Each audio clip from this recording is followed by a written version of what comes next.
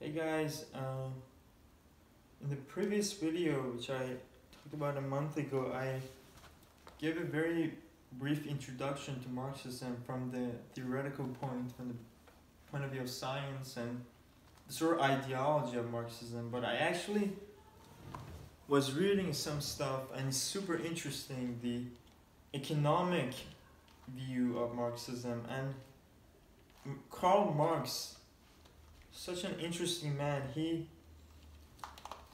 the first question he asked was, we're all humans, we live in the natural world, but clearly when humans, like other animals and apes, live in the natural world, we're not sufficiently apt to deal with the natural world in our primitive times. For instance, like 10,000 years ago, when during the Stone Age or the Dark Ages, Marx asked, clearly there are natural constraints in the natural world. We need food, we need to build a house, we need society, and in order to do that, in order to get out of our natural constraints, which nature constrains us, we need to come together as a community and create a society. And when we give up our natural constraints and create a society, we create social constraints.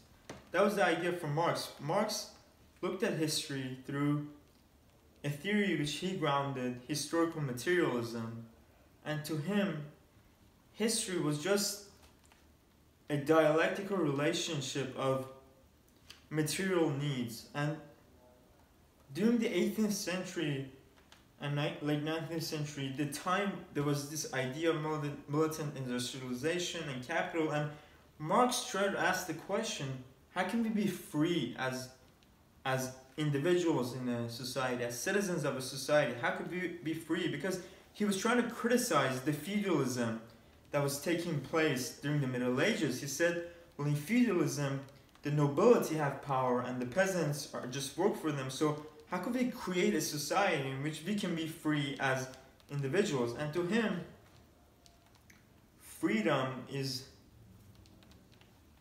anchored to the domain of economics.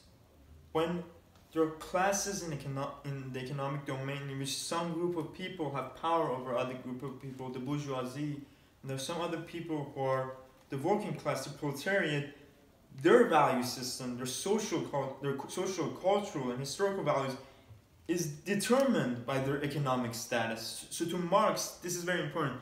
Political conflict is really economic conflict. The fact that someone is in the working class and doesn't have access to the modes of production and just works for the bourgeoisie, that itself is a representation and progenitor of their continuous values. Your economic status determines your political status. And when you're in the modes of production, which are forces of labor and relations of labor, when you're in that place, clearly there's someone who owns the capital and there's someone who works for them. And the problem Marx was trying to get at is that in capitalism, those workers that are the cogs of the upper class, they're not necessarily getting paid as much as they're working.